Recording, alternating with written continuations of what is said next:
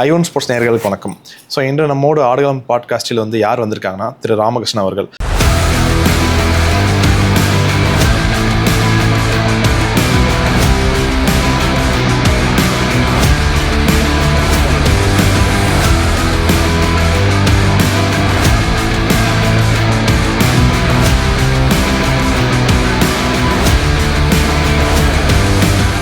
African continent அந்த ஒரு மேட்ச்ல வின் பண்ணிட்டு அங்கேருந்து பெல்ட்டை தூக்கிட்டு வந்திருக்காரு. அவரை தான் நம்ம பார்க்க போகிறோம். வணக்கம் கோச். வணக்கம் champion. So welcome to Ion sports TV. பல மாதத்துக்கு முன்னாடி நம்ம மீட் பண்ணியிருந்தோம். அங்கே இதுக்கு முன்னாடி ஒரு மேட்ச் வின் பண்ணிட்டு வந்தீங்க. இப்போ மறுபடியும் ஒரு மேட்ச் வின் பண்ணிட்டு வந்தீங்க. ஸோ அதை பற்றி பேசலாமா? ஸோ உங்கள் எக்ஸ்பீரியன்ஸ் சொல்லுங்கள், எப்படி இருந்துச்சுன்னு சொல்லிட்டு. ஸோ இது எனக்கு 2வது இன்டர்நேஷ்னல் ஃபைட். இப்போது போகிறதுக்கு முன்னாடி இது பெல்ட்டுன்னு என்கிட்ட சொல்ல வேறு நார்மலாக ஒரு இன்டர்நேஷ்னல் ஃபைட்டுன்னு மட்டும்தான் சொன்னாங்க. ஸோ அங்கே போயிட்டு அதுக்கப்புறம் தான் ஒரு ப்ரெஸ் மீடியா ஒன்று நடந்தது. அதுக்கப்புறம் தான் இந்த பெல்ட்டெலாம் எடுத்து வந்து வைக்கும்போது தான் எனக்கு தெரிஞ்சது இந்த பெல்ட்டுன்னு ஒன்று பிஎஸ்டி பெல்ட்டுன்னு ஒன்று இருக்குங்க. அது ஆஃப்ரிக்கன் பெல்ட், டான்சானியா பெல்ட்டு, அது தனியாக 2வது பெல்ட் வரும்ன்ட்டு நான் எதிர்பார்க்கல. ரொம்ப ஹாப்பியாக இருந்தேன். வித்தின் இயர் ஏன்னா 2 பெல்ட்ஸ் நீங்கள் வின் பண்ணியிருக்கீங்க. ஸோ உங்களுக்கு அது ரொம்ப மோட்டிவேட்டாக இருந்திருக்கும் கண்டிப்பாக. ஸோ நெக்ஸ்ட் உங்கள் டார்கெட் ஏதாவது இருக்கா? பேசிட்டு தான் இருக்காங்க என்னை பற்றி. ஸோ இன்னும் காமன்வெல்த் டைட்டில் இருக்குது, வேர்ல்ட் சாம்பியன்ஷிப் டைட்டில் இருக்குது. அதுக்கு முன்னாடி எனக்கு நேஷனல்ஸ்லாம் இருக்குது, அமைச்சரில் நேஷனல்லாம் இருக்குது. அது முடிச்சிட்டு அப்புறம் தான் திரும்ப ப்ரோவில் இறங்கலான்னு ஒரு ஐடியாவில் இருக்கேன். ப்ரிப்பரேஷன் எப்படி போச்சு? உங்கள் கோச் எந்த அளவுக்கு பண்ணியிருந்தாங்க? ஏன்னா அவங்கள சொல்லாமல் கூட்டு போயிருக்காங்கன்னு சொல்கிறீங்க. இல்லை, இப்போ அந்த இன்டர்நேஷ்னலுக்கு நாங்கள் போகிறதுக்கு சான்ஸ் கிடைக்கல. ஆக்சுவலி ஃபெடரேஷன் மூலிமா அந்த ப்ரொஃபஷனல் ப்ரொடக்ஷன் மூலிமா டேட்டா வருது. ஒரு 2 months பிஃபோரே இந்த டான்சானியா ஃபைட் கன்ஃபார்ம் ஆயிடுச்சு. அப்போது சொல்லியிருந்தோம். பட் அது ஆஃப்டர் தட் திடீர்னு சடனாக பிளான் பண்ணாங்க. ஸோ 2 வியூ பார்க்குறோம். என்னென்னா இதுலேயும் ஒரு பாலிடிக்ஸ் இருக்குது. என்னென்னா சடனாக ஒரு டேட் கொடுக்கும்போது ஒரு பாக்ஸ் கண்டிப்பாக ப்ரிப்பேர் ஆக மாட்டாங்க. என்ன ஆகும்னா அவங்க என்ன பார்த்து ஒரு மேட்ச் வருது டேட் சொல்லிட்டுனா ஒரு 2 months பிஃபோரே சொல்லிட்டாங்கன்னா ஒரு பாக்ஸை ஆப்போனட் ரெடி ஆவாங்க. பட் அதுக்கு ஆப்போனட் அந்த சான்ஸ் தர மாட்டாங்க. ஏன்னா எல்லாருமே அவங்க நாடு வின் பண்ணணும் அந்த மைண்ட் செட்டில் தானே இருப்பாங்க. ஸோ அது திடீர்னு சடனாக கொடுவாங்க. பட் ராமுலா பொறுத்த வரைக்கும் அப்படின்னா எல்லாமே பாக்ஸஸ் ப்ரிப்பேர்டு. எப்போ ஆப்ஷன் சான்ஸ் கிடைக்கும் தெரியாது. ஸோ நம்ம அதுக்கு ரெடியாக இருக்கணும். கிடச்சது போயிட்டு அடிச்சுட்டு வர மாதிரி தான் சான்ஸ் அந்த இடத்துல இருந்தது. ஸோ அவனுக்கு இப்போ நாளைக்கு ஒரு சான்ஸ் கிடச்சுன்னா அதுக்கு அவன் ரெடியாக தான் இருக்கான். பட் அதுக்கான டைமிங் கரெக்டாக இருந்ததுன்னா இன்னும் கொஞ்சம் நல்லா இருக்கும். ஸோ அவங்க இந்தியாவிலேருந்து ஆளை கூட்டு அடிச்சு ஜெயிச்சிடலாம்னு நினச்சிருப்பாங்க. நீங்கள் கொண்டு போய் அடிச்சுட்டு வந்துட்டீங்க. ஏன்னா அந்த ஆஃப்ரிக்கன் காண்டினென்ட்ல அவன் டாப் ரேங்கிங்கில் இருக்க ஒரு பெஸ்ட் பாக்ஸர். அவன் அந்த ப்ரொஃபஷனலில் அந்த டைமில் ராமலை கூடும்போது அவங்க கொஞ்சம் ஈஸியாக கெஸ் பண்ணிட்டாங்க. பட் அந்த ஈஸின்றதை அங்கே நாட் ஈஸின்றதை நிரூபிச்சுட்டு வந்துட்டாங்க. வேறு ஒன்றும் இல்லை. இதுவரை நீங்கள் ஃபேஸ் பண்ணது யார் டஃப்பு? இப்போ நீங்கள் வின் பண்ண இந்த பிளேயருக்கு எவ்வளோ டஃப்னு நீங்கள் கால்குலேட் பண்ணுவீங்க? ஒரு நம்பர்ஸ் எதாவது வச்சுருக்கீங்களா? Out of 10 6 or 7. ஸோ இவங்கக்கிட்ட பாக்ஸிங் அந்த ஸ்கில் இல்லை. என்கிட்ட அந்த ஸ்கில் இருக்குது. நான் ஓப்பனாக சொல்லுவேன், ஸ்கில் இருக்குது. அவங்கக்கிட்ட பவர் இருக்குது. பவர் அண்ட் என்டூரன்ஸ் அதிகமாக இருக்கும் அவங்கக்கிட்ட. ஸோ அவங்க பாடி நேச்சுரலாகவே அந்த சைடு ஆஃப்ரிக்கன்ஸ்னால் கண்டிப்பாக என்டூரன்ஸ் அண்ட் ஸ்ட்ரென்த்து பவர் எல்லாமே அவங்கக்கிட்ட இருக்கும். நம்மக்கிட்ட அந்த ஸ்கில் இருக்கோ அதை வச்சு ஏதோ பண்ணி வந்துட்டேன். அந்த டைமில் அதுவும் இல்லாமல் கொஞ்சம் இன்ஜுரிலாம் வேறு அதிகமாக இருந்தது. போட்டு வின் பண்ணி வந்துட்டேன். என்ன மாதிரியான இன்ஜுரியில் இருந்தீங்க? ஏன்னா இந்த மேட்ச்சுக்கு போகிற மாதிரி இன்ஜுரி ரொம்ப முக்கியம்னு சொல்லுவாங்க, இன்ஜுரி ஆகாமல் இருக்கிறதுன்னு சொல்லிட்டு. பட் இன்ஜுரியோட போய் நீங்கள் வின் பண்ணியிருக்கீங்கன்னா அது ஒரு பெரிய விஷயம். ஃபைட்டுக்கு முன்னாடி ஒரு 2 months பிஃபோர் ஜிம்மில் தான் ட்ரைனராக இருந்தேன். அந்த இடத்துல ஸோ ஒருத்தர் ஸ்பாட் வெயிட்டை லிஃப்ட் பண்ணும்போது ஷோல்டர் இந்த இடத்துல லெக்மெண்டார். அதோட தான் அதுக்கப்புறம் தான் ப்ராக்டிஸை கொஞ்சம் அப்படியே திரும்ப ரெக்கவரி பண்ணிட்டு இருந்தேன். திரும்ப உடனே ஃபைட்டுன்னு சொல்லுவோம் அப்படியே தான் போனேன் நான். இப்படியே இருந்தால் செட் ஆகாது, சரி சும்மா ஒன்று போயிட்டு வந்துடுவோம் அப்படின்ட்டு தான் போயிட்டு வந்தது. ஸோ உங்களுக்கு எப்படி கோச் இப்போ அங்கே போயிட்டு புதுசாக ஃபேஸ் பண்ணியிருக்காரு அவர். ஸோ அந்த சைட் டாமினேஷன் எப்படி ஆப்போசிட்டில் ஃபேன்ஸ்லேருந்து எல்லாருமே அவங்க சப்போர்ட்டாக இருந்திருக்கும். ஸோ நமக்கு சப்போர்ட் அங்கே இருந்ததா இல்லை சுத்தமாக ஜீரோ? இல்லை, நம்ம லைவ் தான் அந்த டைமில் நாங்கள் பார்த்துருந்தோம். அந்த டைம் ரொம்ப ஃபியராக இருந்தது. என்ன ஃபியர்னா அது ஆஃப்ரிக்கன்ஸு அவங்க ரகடாக அவன் கேம் ஃபஸ்ட்டு அந்த ராமோட அந்த மேட்ச்சில் பார்த்தீங்கன்னா ஃபஸ்ட்டு 2 rounds அவன் ஸ்கோரில் தான் இருப்பான்.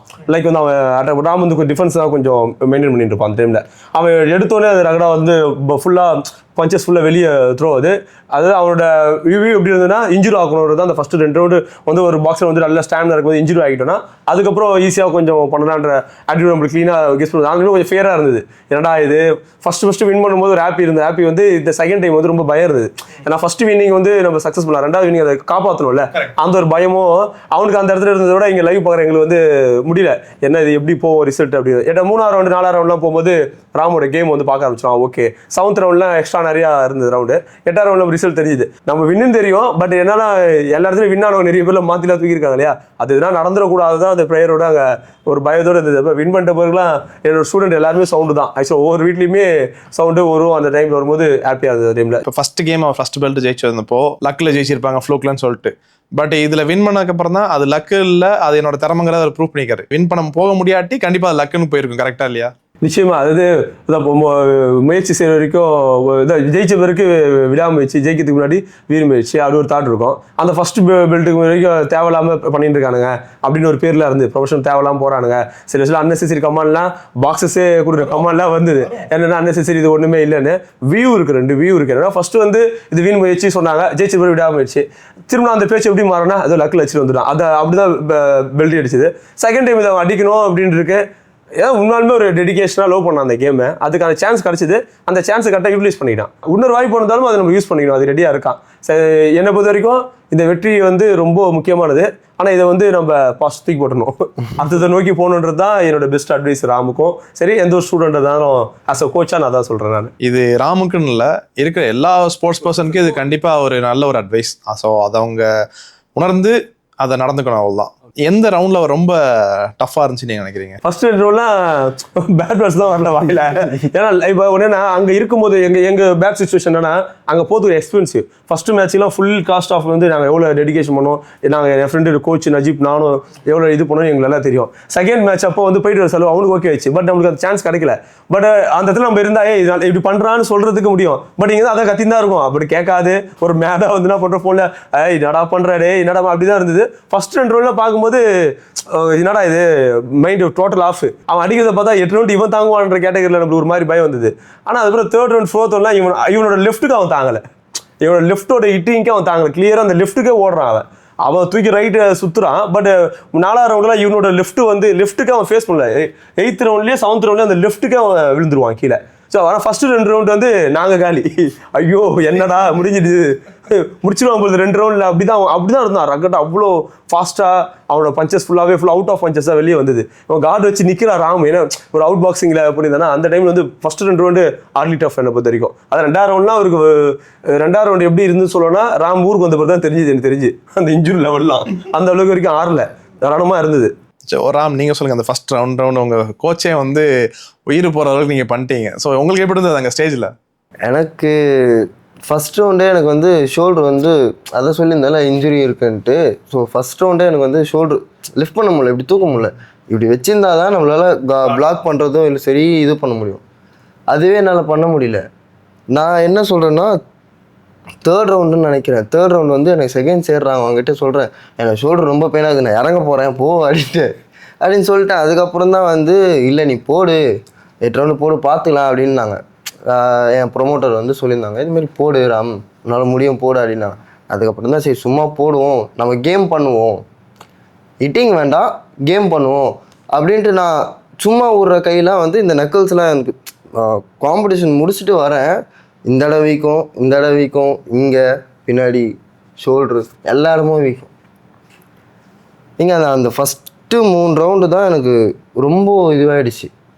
எதுவுமே பண்ண முடியாமல் பஞ்சஸ் போல். அதுக்கப்புறம் தான் கொஞ்சம் சொன்னேன் இதுமாரி எனக்கு ஷோல்டர் கொஞ்சம் இன்ஜுரியில் இருக்குது, எனக்கு ரிலாக்ஸ் பண்ணி விடுங்க ரிங் மேலே சொன்னேன். அதுக்கப்புறம் தான் அவங்க ரிலாக்ஸ் பண்ணி விடுவோம் தான். அதுக்கப்புறம் தான் என் கையெல்லாம் கொஞ்சம் த்ரோ பண்ண ஆரம்பித்தேன். ரிலாக்ஸாக போடலாம் பார்த்துக்கலாம் நான் இதுன்ட்டு. ப்ரொஃபஷ்னலாக போகும்போது ரியல் ஃபைட்டாக இருக்கும். நம்ம முகமது அலி அப்புறம் மைக் டைசன் நிறைய பார்த்து ஒரு பஞ்ச் விட்டா முடிஞ்சுன்னு சொல்லிட்டு. பட் அவ்வளோத்தையும் தாங்கிட்டு நீங்கள் இருக்கீங்கன்னா ஒரு பெரிய விஷயம். உங்கள் வீட்டில் எப்படி வந்து சும்மா விட்றாங்க அவங்கள? அப்பாவுக்கு அம்மாவுக்கு சின்ன வயசுலேருந்தே ஸ்போர்ட்ஸ்னால் பிடிக்கும். ஸோ அதனால் அது இல்லை இது சின்ன வயசுலேருந்தே அம்மா வந்து பார்த்ததே இல்லையா பாக்ஸிங் இது வரைக்கும். நேரில் வந்து பார்த்ததே இல்லை, பார்க்க மாட்டாங்க, பயம் அம்மாவுக்கு. எப்படி பார்க்க முடியும் ஒரு பெத்த தாய்க்கு? அப்பா இருந்தால் வந்துடுவார். சென்னையில் எங்கே நடந்தாலும் தமிழ்நாட்டில் எங்கே நடந்தாலும் ஓடி வந்துடுவார் அப்பா. அப்பாவுக்கு பாக்ஸிங்கும் சரி ஸ்போர்ட்ஸ்னால் அப்பாவுக்கு பிடிக்கும். ஸோ சின்ன வயசுலேருந்து போகிறதுனால அது இப்போ அப்படி பழகிடுச்சு. திட்டுவாங்க கண்டிப்பாக, எதுக்கடா இன்னும் பண்ணிகிட்டு இருக்க, எதில் வேலையாக பாடுறா அப்படின்ட்டு. ஸோ இந்த மாதிரி ஒரு ஸ்போர்ட்ஸில் நீங்கள் இருக்கீங்க, நீங்கள் அமெச்சூராக இல்லாமல் ப்ரொஃபஷனலாகவும் போய் விளாட்றீங்க, பல கண்ட்ரிஸ் போகிறீங்க. வீட்டில் வந்து நிறைய யோசிப்பாங்க ஸ்போர்ட்ஸ்னு போகும்போது. இப்போ தான் நிறைய பேரண்ட்ஸ் வந்து ஸ்போர்ட்ஸ்க்கு இம்பார்ட்டன்ஸ் கொடுக்குறாங்க. நான் நிறைய பார்க்குறேன், நிறைய பேர் இன்டர்வியூ எடுத்திருக்கேன். அவங்க சொல்லும்போது வந்து we are allowing them, எங்களுக்கு அது ஓகே. ஏன்னா ரிஸ்க் இல்லாத ஸ்போர்ட்ஸ் எதுவுமே கிடையாது. உங்களுக்கு அது எந்த அளவுக்கு வீட்டில் இருக்குது? அந்த ஒரு ஏதாவது ப்ரெஷர் இருக்கா, நெருக்கடி இருக்கா? இன்ஜுரி ஆகும்போது சொல்லுவாங்க வீட்டில், எதுக்கு விட்டுட்டு எதனா வேறு எதனா வேலையை பாருன்ட்டு. அதுக்கப்புறம் இந்த பொண்ணு பார்க்குறது அது இது. பட் ஆனால் எனக்கு வந்து இன்னும் எனக்குன்னு ஒரு அச்சீவ்மெண்ட்லாம் ஒன்று இருக்குல்ல. நான் வீட்டிலே சொல்லிட்டேன், எனக்கு ஒரு அச்சீவ்மெண்ட்டுன்னு ஒன்று இருக்குது, அதை முடிச்சுட்டு பாருங்கள், எனக்கு கொஞ்சம் டைமிங் கொடுங்க, டைம் வேணும் எனக்கு அப்படின்றாங்க.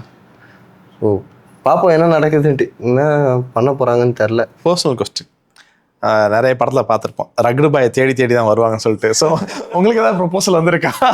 இல்லை, நானும் தெரிஞ்சுக்க ஆசைப்படுறேன். லவ் பண்ணியிருக்கேன், பண்ணேன், அது கொஞ்சம் ப்ராப்ளம். அது பர்சனல் தானே இல்லை ஸ்போர்ட்ஸ்னால அதாவது வந்துச்சா? அது ஒரு பர்சனல். ஓகே, அப்போ அது ஓகே. கோச் கொஸ்டின் கிடச்சிச்சு ஆன்சர். ஒரு கோச் வந்து சம்டைம்ஸ் கோச்சாக இருக்கணும், ஃபாதராக இருக்கணும், ஒரு பெஸ்ட்டு ஃப்ரெண்டாக இருக்கணும், அதை தாண்டி வந்து ஒரு லவராகவும் இருக்கணும். இது எல்லாமே இருந்தால் தான் அந்தந்த இடத்துக்கு ஏற்ற மாதிரி வந்து ஒரு கோச் வந்து அந்த இடத்த காட்டணும். அப்போ காட்டினா தான் ஒரு ஸ்டூடெண்ட் வந்து ஃபுல்ஃபில்லாக நம்மள்ட்ட இருப்பான். நம்மளால முடியாததான் நம்ம ஸ்டூடெண்ட் எல்லாம் உருவாக்கணும்னு தான் ஒவ்வொருத்தரோட ஒரு ரூல் இருக்கும். இல்லை நம்ம அச்சீவ் பண்ணதோட பெரிய லெவலில் நம்ம ஸ்டூடெண்ட்டை உருவாக்கணும்னு நினைக்கிறவங்க தான் கோச்சாக இருக்க முடியும். அப்படி ஒரு தாட் இருக்கணும் கண்டிப்பாக. இப்போ அந்த தாட் இருக்குதுன்னா ஒரு கோச் வந்து நான் சொன்ன இந்த அத்தனை கேட்டகரி இருக்கணும். இந்த கேட்டகரியில் எதுனா அடங்கும்னா, இப்போ இவங்களோட மேரேஜ் லைஃப், இவங்களோட பர்சனல் ப்ரைவசின்னு இருக்கும் இல்லையா, இவங்க ஃபோனோட ஃபிங்கர் பிரிண்ட் வரைக்கும் நம்மள்ட்ட சில இடத்துல இருக்க வேண்டிய அவசியம் தேவைப்படுது. அந்த அளவுக்கு ரொம்ப இன்டெப்த்தாக இறங்கக்கூடாது, அதுவும் நல்லா இருக்காது. பட் இருந்தாலும் சில விஷயம் தெரிஞ்சுக்கணும். ஏன்னா அவங்களோட ஃபேமிலியோட மென்டாலிட்டி என்ன நம்ம தெரிஞ்சுக்கணும். இது அவங்களுக்கு முரண்பாடாமல் இருந்துச்சுங்களேன், இந்த கேம் ஸ்பாயில் ஆயிரும், இவரோட அந்த இது வந்து கெரியர் வந்து ஸ்டாப் ஆயிரும். ஸோ அவங்க ஃபேமிலிக்கும் ஏற்ற மாதிரி அவங்களோட மென்டாலிட்டி புரிஞ்சுக்கிட்டு, ஸோ என்னோட எய்ம் வந்து 28 வந்து அவன் அதுக்குள்ளே எல்லா அச்சீவ்மெண்ட்டும் கொஞ்சம் பண்ணிட்டு, ஏன்னா எல்லாருக்கும் இந்த கேமை பொறுத்த வரைக்கும் ஃபீல்ட் அவுட்னு ஒன்று இருக்குது. நம்ம ஒரு நல்ல ஒரு அச்சீவ்மெண்ட் பண்ணி இந்த கேம் நம்மளை வெளியே தள்ளிடக்கூடாது, நம்மளே வெளியே வரணும். என்னோட தாட் என்னன்னா, நம்ம ஒரு பேரோட வெளியே வரணும். அவன் சொன்ன அந்த லவ் மேட்டர் கூட நம்மளுக்கு தெரியும். சரி ஓகே, என்னோட டெவலப்மெண்ட் அது ஸ்டாப் பண்ணக்கூடாது. பட் அங்கே நிற்கிறது சரி ஓகே, நீ வேலையை பாரு, நீ வேலையை பாரு அப்படின்ற ஒரு கேட்டகரியில் ஒரு பிரதராகவும் ஒரு கோச்சாகவும் போய் ஒரு ஃப்ரெண்டாகவும் போயிட்டு அந்த இடத்த வந்து ஒரு இணைப்பு பாலமாக இருந்து அந்த டைமில் கட் பண்ணி வச்சிருக்கோம். ஸோ இதெல்லாம் என்னோட கோச் ரோலாக நான் இருக்கணும்னு நினைக்கிறேன். அதெல்லாம் ஒரு கோச்சுக்கு. இப்போது நிறைய பேர் வந்து இப்போ டோப் ஃபெயில் ஆகிறாங்க. நான் கேள்விப்பட்ட வரைக்கும் சில பேர் வந்து சில ப்ரைவேட் கோச்சே வந்து நேம் எடுக்கிறதுக்காக இல்லை நிறைய பிளேயர்ஸ் உள்ள எடுக்கிறதுக்காக அவங்களுக்கே தெரியாமையும் கொடுக்குறாங்க. ஏன்னா நம்ம ஸ்டேட் லெவலில் ஆக்சுவல் டோப் டெஸ்ட் கிடையாது. எஸ். ஸோ அது எந்த மாதிரி அவங்க பிளேயர்ஸ்க்கு வந்து நாலேஜ் வேணும்னு நினைக்கிறீங்க, இல்லை பேரண்ட்ஸ்க்கு அந்த நாலேஜ் இருக்கணுமா? இல்லை, இப்போ எப்படின்னா சில விஷயத்தை நம்ம பண்ணக்கூடாதுனாலும் சில பேர் பண்ணிட்டு தான் இருப்பாங்க. ஏன்னா வந்து இங்கே வெற்றின்றது வந்து அது ஒரு போதையாட்டம். அது வெற்றின்றது ஒரு போதையாக இருக்குது. அதுக்கு வந்து இந்த அடிக்கலாம் ட்ரக்ஸு லைக் வந்து இந்த ஸ்ட்ராய்டு பவுட்ரு, அந்த டைமில் வந்து பூஸ்ட் பண்ணுற இன்ஜெக்ஷனு, அது எல்லாமே ஸ்ட்ரிக்ட்லி நான் என்ன சொன்னால் அது 19 100% வந்து போகவே கூடாது. பட் ஒரு லாங் டைம் நியூட்ரிஷன் ஒரு கோச் வந்து எது சஜஷன் பண்ணால் ஒரு லாங் டைம் நியூட்ரிஷனாக வந்து ப்ரிப்பரேஷன் பண்ணணும். ஒரு ஃபுட்டு டைம் டேபிள் நம்ம எல்லா கோச்சுக்கும் அது நாலேஜ் இருக்குமான்னு பார்த்தா எக்ஸ்பீரியன்ஸ் இருக்கும். இல்லாதவங்க வந்து ஒரு பெஸ்ட் நியூட்ரிஷனாக பார்த்து அது என்ன எடுத்தோம்னா அப்படி தான் ஒரு இன்புட் வந்து பிள்ளைங்களுக்கு வந்து கொடுக்கணும். அவங்களோட எக்ஸ்ட்ரீமை வந்து அந்த டைமில் தொடக்கூடாது. பிஃபோர் ப்ராக்டிஸ் செக்ஷன்லேயே வந்து லாங் டைம் நியூட்ரிஷனாக எடுத்து நேச்சுரல் ஆஃப் ஃபுட்டுலேயே அந்த ரெமடிஸ்லேயே எடுத்து அவங்க வந்து எக்ஸ்ட்ரீம் வந்து தொடரும்.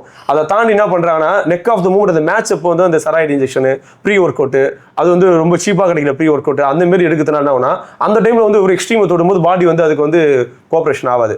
இன்னொன்று வந்து இப்போ டோப் அந்த பவுடரு அதெல்லாம் எடுக்கக்கூடாதுன்னு பார்த்தா எடுக்கலான்றது ஒரு கேட்டகரி இருக்குது. என்னன்னா இப்போ எங்களோட பிஎஃப்ஐ கீழே வந்து ஆல் ஓவர் நேஷனலில் வந்து நம்மளுடைய நேஷனல் ஃபெடரேஷன் என்ன பண்ணுறாங்கன்னா சில ஃபுட்டை வந்து ப்ரீ ஒர்க் அவுட்ல இருந்து சில பவுடரில் வந்து சஜஷன் பண்ணுறாங்க. அதுக்கு ஒரு அப்ளிகேஷன் கூட இருக்குது. அந்த அப்ளிகேஷனில் போயிட்டு நம்ம என்ன பவுடர் எடுக்கிறோம், என்ன டீட்டெயில் எடுக்கிறோம்னு கொடுத்துனா அது அந்த பவுடர் எடுக்கலாமா எடுக்கக்கூடாதா, சஜஷனாக இல்லையான்றதை வந்து நம்ம ரெகக்னைஸ் பண்ணி ஒரு லிஸ்ட் அவுட் ஒன்று இருக்குது. ஸோ அந்த இதில் நீங்கள் டீட்டெயில்ஸ் கொடுத்தீங்கன்னா அது எடுக்கலாமா அதையும் நம்ம சொல்லிடும். ஒவ்வொரு ஆக்சுவலாக வந்து சில நேஷனல்ஸ்லாம் போனீங்கன்னா அந்த நேஷனல்ஸ் பிஃபோர் வந்து ஒரு கோச்சஸ் மீட்டிங்கில் வந்து அந்த நேஷனல் போன கோச்சஸ்க்கு அது தெரியும். அந்த ஆப்பில் போயிட்டீங்கன்னா நீங்கள் எல்லா ஸ்போர்ட்ஸ் பர்சனும் அதை எடுக்கலாம். All over not only boxing, எந்த ஸ்போர்ட்ஸுக்குமே அது ரெகக்னைஸ்டு வந்து ஆத்தரைஸ்டு பண்ண நம்ம இந்தியன் கவர்மெண்டால ஆத்தரைஸ் பண்ணக்கூடிய ஒரு ட்ரக்ஸ். அது நிறைய பேர்ஸ் கண்டிப்பாக யூஸ் ஆகும். என்ன மருந்து என்ன இது எடுக்கிறதுன்னு சொல்லிட்டு நிறைய பேருக்கு தெரியாது.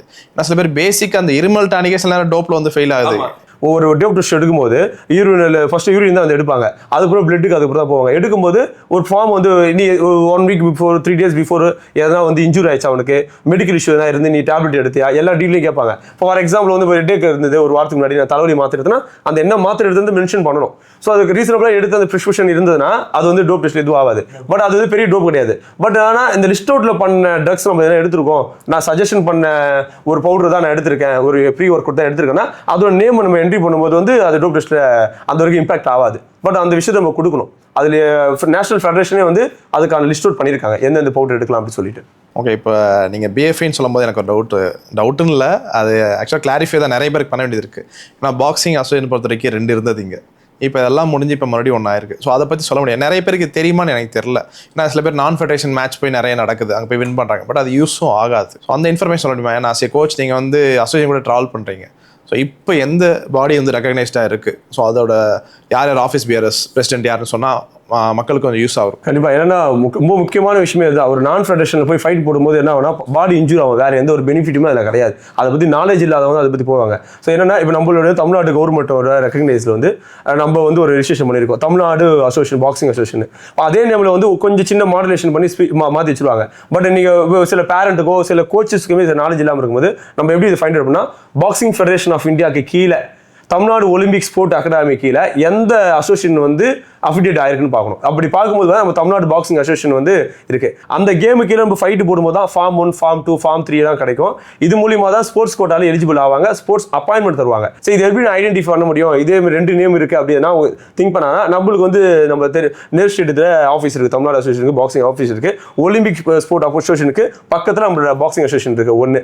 ரெண்டாவது விஷயம் என்னன்னா தலைவர் வந்து நம்ம பிரசிடென்ட் ஆஃப் தமிழ்நாடு யாருன்னு பார்த்தீங்கன்னா பாக்ஸிங்க்கு திரு பொன் பாஸ்கரன் சார். அவர் நேஷனல் ஃபெடரேஷனோட ட்ரெஷராகவும் இப்போ வந்து எலெக்ஷன் பண்ணி வின் பண்ணியிருக்காரு. பிஎஃப்ஐயோட ட்ரெஷரராக ஒரு 25 வருஷம் கழிச்சு ஒரு தமிழன் வந்து அங்கே போகிறது தான் ஃபர்ஸ்ட் டைம்.